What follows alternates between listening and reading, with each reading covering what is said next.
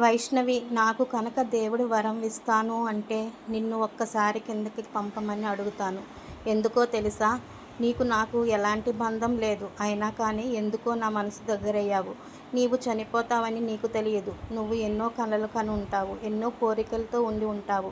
అవి ఏమీ తీరలేదు. ఒక్కసారి ఆ దేవుడు వరం నీకు అందాలని, నీ కోరిక తీరాలి అని, నీకు మనశ్శాంతి కలగాలి అని ఇది నా కోరికే కాదు, నీతో బంధం ఉంది అని అనుకునే ప్రతి ఒక్కరిది తల్లి.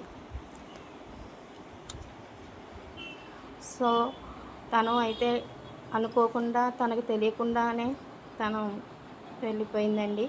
సో తను ఎన్నో కలలు కని ఉంటుంది. బేబీని కనాలి, ఎందుకంటే తను ప్రెగ్నెంట్గా ఉంది. బేబీని కనాలి, ఎన్నో సంతోషాలని మూట కట్టుకోవాలని ఎంతో ఆశతో ఉన్న ఆమె మనల్ని అందరినీ వదిలి వెళ్ళిపోయింది. సో భగవంతుడు వరం అంటే ఇస్తే తప్పకుండా అలాంటి వరం ఇవ్వాలని తను మళ్ళీ